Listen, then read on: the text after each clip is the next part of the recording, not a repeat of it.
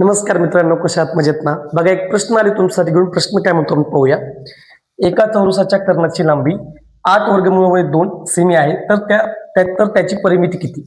मित्रांनो, खूप सोपा प्रश्न. बघा, जर तुम्हाला चौरसाच्या कर्णाची लांबी दिली असेल ना मित्रांनो, तर तुम्हाला क्षेत्रफळ आणि परिमिती काढायला अगदी सोपं जातं. त्याचं कारण असतं की चौरसाच्या कर्णाच्या लांबीवरून आपल्याला चौरसाची बाजू काढता येते, आणि एकदा का चौरसाची बाजू काढता आली, क्षेत्रफळ आणि परिमिती आरामात काढू शकतो.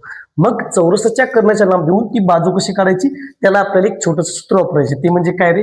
चौरसाचा कर्ण बरोबर वर्गमुळामध्ये 2 गुणिले बाजू.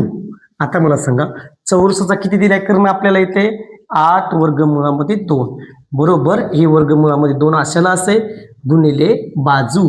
आता मला सांगा मित्रांनो, हे 2 इकडे वर्गमुळामधले गुणाकारामध्ये, म्हणजे इकडे आल्याच्या नंतर न भागाकारामध्ये जातील, म्हणजे हे √2 आणि हे √2 काय होतील आपले? कॅन्सल होतील. फक्त राहिलं काय आपलं? 8. म्हणजे 8 बरोबर बाजू. म्हणजे मित्रांनो, त्या चौरसाची बाजू भेटली आपल्याला 8. तर त्यांनी काय विचारले आपल्याला? परिमिती. परिमिती सूत्र काय रे चौरसाच्या? 4 गुणिले बाजू किंवा सर्व बाजूंची बेरीज.